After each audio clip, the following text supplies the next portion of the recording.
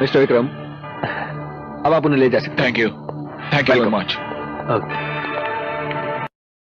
विक्रम, बहुत एहसान है तुम्हारे मुझ पर। ऐसी बात मत कर मेरे यार। मुझे वो सब याद है जो तुमने मेरे लिए किया। आज भाई भाई के लिए नहीं करता जो तुमने किया। मैं तो कब से मां से कह चुका हूं, अब उसके एक नहीं 2 बेटे हैं। विक्रम, लेकिन तुम्हारी ठीक होने की खुशी सिर्फ मुझे और मां को ही नहीं, किसी और को भी है, सपना को।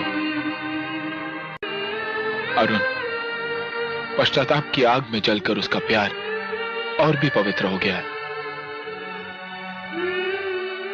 विक्रम, कहां है सपना? कैसी है वो? तू उससे मिलना चाहता है ना, तो भाग जा यहां से। विक्रम, वो लोग किसी भी वक्त तुझे यहां से ले जाने के लिए आ रहे होंगे। सख्त पहरा है बाहर, और तू भाग। सपना कृष्ण मंदिर में तेरा इंतजार कर रही होगी। भाग।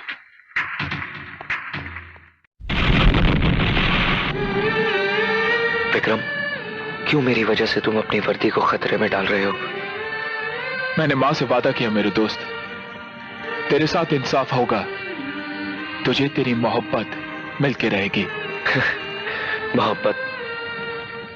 मेरे दोस्त, आग भी लगाती है उन दिलों को जिनमें मोहब्बत के चिराग जलते हैं। मैं जानता हूं।